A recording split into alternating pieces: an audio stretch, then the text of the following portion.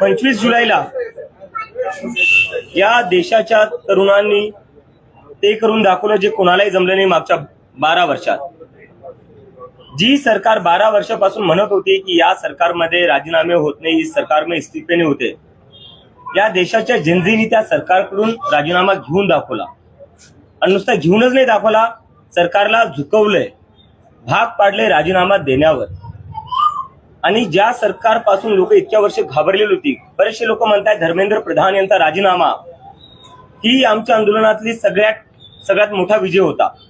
आम्हाला असं वाटतं की आमचा जो सगळ्यात मोठा विजय होता किंवा जेनझीचा जो सगळ्यात मोठा विजय होता तो फक्त राजीनामा नव्हता। या देशात जी भीती निर्माण करून ठेवली होती, दडपशाही निर्माण करून ठेवली होती या सरकारने मागच्या 10-12 वर्षात, ती भीती आता देशाच्या नागरिकातून संपलेली आहे, त्यांच्या मनातून ती भीती संपलेली आहे। आता देशाचे नागरिक रस्त्यावर येतील, सरकारला फक्त प्रश्नच नाही विचारणार, तर गरज पडली तर रस्त्यावर येतील आणि आज एकाचा राजीनामा मागितला, उद्या दुसऱ्यांचे राजीनामे मागतील। तर जी भीती संपवली आहे लोकांच्या मनातली, ती या आंदोलनाची सगळ्यात मोठी अचीवमेंट आहे, सगळ्यात मोठी सक्सेस आहे। आता हे आंदोलन, बऱ्याच लोकांना प्रश्न पडला, हे आंदोलन नक्की कॉक्रोच जनता पार्टी नक्की आहे काय? कॉक्रोच जनता पार्टीची विचारधारा काय? तर जसं आम्ही आधीपासून सांगत आलो होतो, कॉक्रोच जनता पार्टी ही डॉक्टर बाबासाहेब आंबेडकर, महात्मा गांधी, भारताचे पहिले पंतप्रधान पंडित जवाहरलाल नेहरू यांनी जे भारताचं स्वप्न पाहिलेलं होतं, त्यांच्या विचारावर चालणारी कॉक्रोच जनता पार्टी असणार आहे। आणि आमची विचारधारा तीच असणार आहे जी देशाच्या संविधानाची विचारधारा आहे। Our ideology is the same as the constitution of India. यात आमचा काहीच डिफरन्स नसणार आहे। आम्ही सेक्युलर आहे, आम्ही लोकशाहीमध्ये भरोसा ठेवतो, वी आर डेमोक्रेटिक पीपल, आणि आम्ही सोशल जस्टिससाठी कायम प्रयत्न करणार आहे। तर ही आमची विचारधारा आहे। आणि आता दुसरा जो मोठा प्रश्न पडलाय लोकांना, पुढे काय कॉक्रोच जनता पार्टीचं, पुढे कॉक्रोच जनता पार्टी काय करणार आहे? तर त्यावर आम्ही जे मागच्या 2 दिवसात चर्चा केली, त्याच्यानंतर आम्ही असं ठरवलं की येणाऱ्या सप्टेंबर महिन्यात कॉक्रोच जनता पार्टी एक नेशन वाईड कॅम्पेन करेल। त्या कॅम्पेनचं नाव असणार आहे क्या बोलती पब्लिक। क्या बोलती पब्लिक हे आमचं नेशन वाईड कॅम्पेन असणार आहे। या कॅम्पेन मधून आम्ही देशभरात दौरा करणार आहे। आम्ही लोकांकडून समजून घेणार आहे त्यांच्या समस्या काय आहे, त्यांच्या अपेक्षा काय आहे। कारण की या आंदोलनातून आम्हाला जी गोष्ट शिकायला भेटली ती ही शिकायला भेटली की सध्या जितके काही पक्ष आहेत, जितके काही लोक सरकारमध्ये बसलेले आहेत, ते कुठं ना कुठं आता लोकांपासून डिस्कनेक्टेड झालेले, लोकांचं डिस्कनेक्टेडच नाही, ऐकायलाही तयार नाहीये। ज्या देशाची लोकसंख्येमध्ये 65% लोक 35 वयाच्या खालची आहेत, त्या लोकसंख्येबद्दल, त्या युवकांबद्दल कोणीच काही बोलायला तयार नाही। मग तो शिक्षणाचा मुद्दा असो किंवा बेरोजगारीचा मुद्दा असो, संसदेतही त्याच्याबद्दल कोणी बोलत नाहीये, कोणी पार्टी त्यांच्या मीटिंगमध्येही बोलत नाहीये। आणि सरकार तर अशी वागते जसं काही आहे, ज्या काही हे काही मुद्देच नाहीये। सरकारला फक्त एकच मुद्दा दिसतो, तो म्हणजे हिंदू मुसलमानचा। पण बेरोजगारी, आर्थिक सिच्युएशन काय आहे आपल्या देशाची, शिक्षाची किती वाईट अवस्था आहे, यावर कोणीच काही बोलायला तयार नाहीये। त्यामुळे आम्ही आता लोकांमध्ये जाणार आहे, लोकांकडून आम्ही समजून घेणार आहे त्यांच्या समस्या काय आहेत, त्यांच्या अपेक्षा काय आहेत। आणि जे मोठे मुद्दे आहेत आमचे, ते एकंदरीत मोठे मुद्दे आमचे हे असणार की पहिला आमचा जो मुद्दा असणार आहे तो एज्युकेशन रिफॉर्म। कॉक्रोच जनता पार्टी ज्या ठराविक मुद्द्यांवर नक्कीच काम करेल, इतरही मुद्दे आहेत ज्याच्यावर आम्ही काम करू, पण जे आमचे ठराविक मुद्दे असणार आहे, पहिला असणार आहे एज्युकेशन रिफॉर्म्स। आज आपल्या देशात शिक्षण अनअफोर्डेबल झालेलं आहे। पहिली दुसरी ज्या मुलांचं ऍडमिशन घ्यावं लागतं त्या मुलांना वर्षाची फीस जी आहे ती 1-1.5 लाख आहे। डोनेशन प्रायव्हेट स्कूलमध्ये द्यावं लागतं ते वेगळं। ज्या परिवाराची तितकी इन्कम नाही, तितकी सेव्हिंग नाही, ते 1-1.5 लाख कुठून देतील? आणि हे झालं स्कूलिंगचं। कॉलेजमध्ये जरी पाहायला गेलं, कॉलेजच्या फीस किती वाढलेल्या आहेत, कोचिंगचा एक वेगळं चालू आहे, कोचिंगमध्ये पैसा जातो, कॉलेजच्या डिग्रीमध्ये पैसा जातो। तर आजच्या काळात आपल्या देशात शिक्षण घेणं म्हणजे डोक्यावर कर्ज ठेवणं आहे। आम्हाला त्यापासून मुलांना असो किंवा त्यांच्या आई वडिलांना असो मुक्त करायचं आहे। एक असा आपल्या देशाची शिक्षण व्यवस्था अशी झाली पाहिजे जिथं जर कोणाला आपल्या मुलाला डॉक्टर बनवायचे, इंजिनियर बनवायचे, सायंटिस्ट बनवायचे, तर आई वडिलांना ते बर्डन नाही वाटलं पाहिजे की आम्ही कुठून करणार आमच्या मुलासाठी। Education is a fundamental right असं डॉक्टर बाबासाहेबांनी संविधानात म्हणलेलं आहे. पण कुठं ना कुठं मागच्या काही दशकात आपल्या देशात education is a fundamental business to gain profits अशी शिक्षण व्यवस्था झालेली आहे. ते आपल्याला बदलायचं आहे. दुसरा जो मुद्दा आहे तो म्हणजे जंतर मंतरच्या आंदोलनात आपण पाहिलं, नीट हा सगळ्यात मोठा मुद्दा होता, कोर इश्यू होता. पण जितके लोक आली तो राग फक्त नीटवर नव्हता किंवा एज्युकेशन सिस्टमवर नव्हता. या देशात संस्थानाची जी हाल झालेली आहे या सरकारच्या अंतर्गत त्याच्याबद्दलचा तो राग होता. मग तो राग पक्षांविरोधात का असत नाही. सकाळी लोक म्हणतात की आम्ही निवडून कोणाला देतो, संध्याकाळी तो दुसऱ्या कोणत्या पक्षात असतो. सकाळी आम्ही वोट टाकतो एका सरकारसाठी, संध्याकाळपर्यंत दुसरी सरकार बनती. आणि ते नाही झालं तर ईडी सीबीआय पाठवून पक्ष तोडण्यात येतात. आणि तिथेही मन नाही भरलं तर मग कोर्टात जाऊन पक्षही चोरून घेण्यात येतात. तर याच्यामुळे लोकांचा कुठं ना कुठं भरोसा तुटत चालला आहे, संपत चालला आहे पॉलिटिकल सिस्टमवरनं.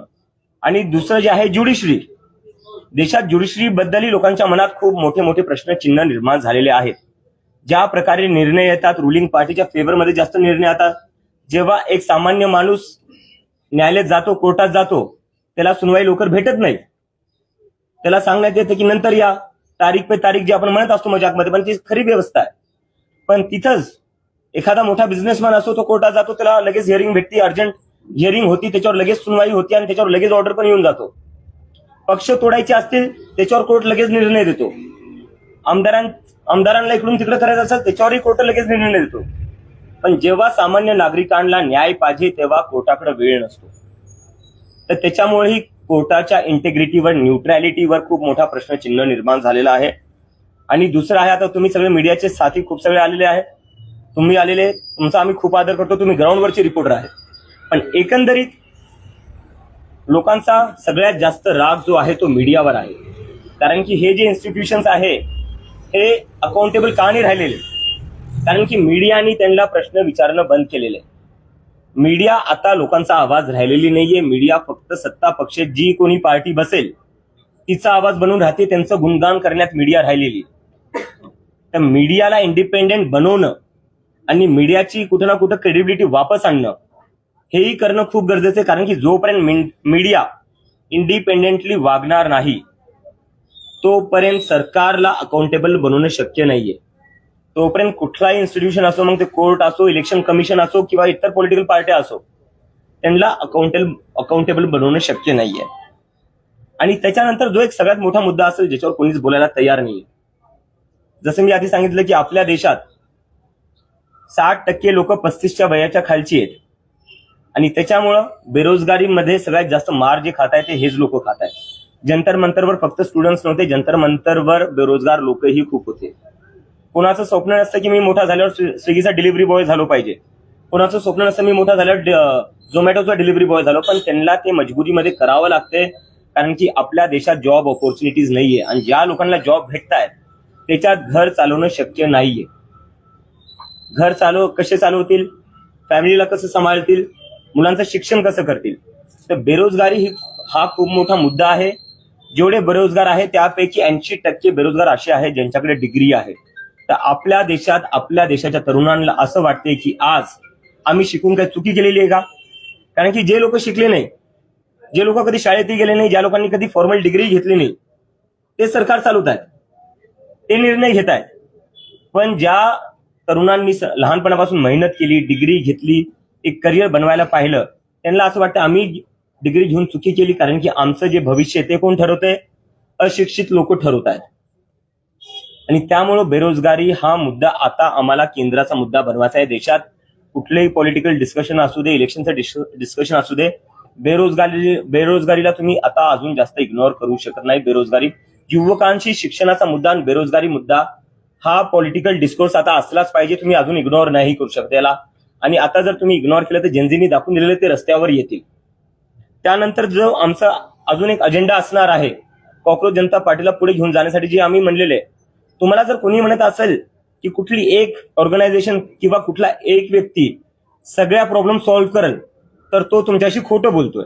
असंच खोटं देशाला 2014 मध्ये बोलण्यात आलं होतं की आता एक व्यक्तीला निवडून दिलं की आता हा आपला देश एकदम डेव्हलप नेशन होऊन जाईल, काशीचा क्योटो होऊन जाईल. पण काशीचं काय झालं, काशीची काशी झालेली आहे. तर ते आपण पाहिलेलं आहे आता. त्यामुळे आम्ही ती चुकी करणार नाही. आम्हाला माहिती आहे कुठली एक संस्था किंवा कुठली एक ऑर्गनायझेशन, कुठलाही एक व्यक्ती सगळ्या प्रॉब्लेम सॉल्व्ह करू नाही शकत. त्यामुळे आम्ही ते कुठंच क्लेम करणार नाही. आम्ही जे करणार आहे की ज्या ज्या लोकांनी आम्हाला जंतर मंतरवर समर्थन दिले, जेवढे ऑर्गनायझेशन्स आले, जेवढे एनजीओज आले, जेवढे सोशल ऍक्टिव्हिस्ट आले, सिव्हिल सोसायटीज आले, त्या सगळ्यांशी आम्ही एक कोएलिशन बिल्डिंग करणार आहे. कारण की आम्हाला एक वाटतं आता आपल्या देशाला गरज आहे सगळ्यांनी त्यांच्या पॉलिटिकल आयडिओलॉजीजच्या वरती उठून, त्यांच्या दुसऱ्या काही आयडिओलॉजी असतील त्याच्यावरती उठून नागरिक म्हणून एकत्र येऊन देशात सुधार आणायची गरज आहे. हे आमचा एक मोठा अजेंडा आहे येणाऱ्या काळासाठी. खूप व्यापक आहे, म्हणजे प्रत्येक गोष्ट खूप मोठी आहे. प्रायव्हेटायझेशनच्या सगळ्या गोष्टी आहेत, एज्युकेशन असेल, मीडिया असेल, हे सगळं करायसाठी तुम्हाला पॉलिसी मेकर बनावं लागेल. Yes. पॉलिसी बदलवण्यासाठी काम करावं Yes. लागेल. पण हे तुम्हाला आंदोलनातून कसे शक्य आहे? हे जर करायचं असेल तुम्हाला, तर एक तर तुम्हाला राजकारण ठेवावं लागेल, पॉलिसी मेकर बनावं लागेल, त्यावेळेस हे सगळं होऊ शकेल. हे असं सर, मी तुमच्या नाही, मी अग्री करतो तुमच्या बोलण्यावर की राजकारणातून सोल्युशन्स निघतात, पण जिथे पॉलिटिकल पार्टीज सर्व्हायव्हलसाठी स्ट्रगल करतायत, जिथे तेच एकंदरीत स्ट्रगल करतायत की किती वर्षापर्यंत त्यांचं अस्तित्व असू शकतं, त्या सिच्युएशनमध्ये अशा वातावरणात पॉलिटिकल पार्टी काढणं सध्या सोल्युशन नाहीये. आता जी गरज आहे ती एका पब्लिक मुव्हमेंटची आहे. जर राजीनामा घेऊ शकतो, आम्ही जे डिमांड चार्टर दिले त्याच्यावरही सरकार तयार होतीये, त्याच्यावरही आमच्या गोष्टी चालू आहेत, जे आम्ही रिफॉर्म्स पुश केलेले. तर आता आंदोलनातूनच कुठं ना कुठं पुशबॅक करावं लागणार आहे. राष्ट्रीय मुवमेंट म्हणून हे पुढे जाणार आहे, एक संघटना म्हणून पुढे अस्तित्वात येणार आहे, ऑर्गनायझेशन म्हणून की केवळ मुवमेंट, चळवळ म्हणून? संघटना म्हणून पुढे येणार आहे. आता तुमचे हे जे सगळे मुद्दे आहेत हे सगळे राजकीयच आहे, फक्त तुम्हाला राजकीय रंग स्वतःला लावून घ्यायचा नाही असं दिसतंय. सर, जी देशाची अवस्था आहे ती कशामुळे आहे? ती राजकीय डिसिजनमुळेच आहे ना. या देशात अराजकीय असं काहीच नाही. आपण आपल्या डोक्यातून हा विचार काढून टाकावा की पॉलिटिकल आणि ए पॉलिटिकल सारखं काही असतं. प्रत्येक गोष्ट जी तुमच्या घरात येते, तुम्ही विकत घेता, त्याचा जो प्राइस असतो, त्याची जी किंमत ठरते, ते कोण ठरवतं? राजकीय लोकच ठरवतात संसदेत बसून. तर सगळ्याच गोष्टी राजकीय आहेत आणि त्याच्यामुळे आमचं जे आंदोलन आहे तेही राजकीय असणार आहे. एक राजकीय पक्ष आम्ही नसणार आहे, आम्ही एक सोशल मुव्हमेंट असणार आहे आणि एक ऑर्गनायझेशन म्हणून आम्ही पुढे जाणार. लोकांशी संवाद कसा असणार आहे ते आम्ही लोकांना सांगू. सर, क्या बोलती पब्लिक नावाचा आमचं एक नेशन वाईड कॅम्पेन असणार आहे. आम्ही प्रत्येक राज्यात जाणार आहे आणि तिथं आम्ही लोकांशी डायलॉग करू. तिथं त्यांच्याकडून आम्ही समजून घेऊ त्यांच्या प्रॉब्लेम्स काय आहेत, त्यांच्या अपेक्षा काय आहेत.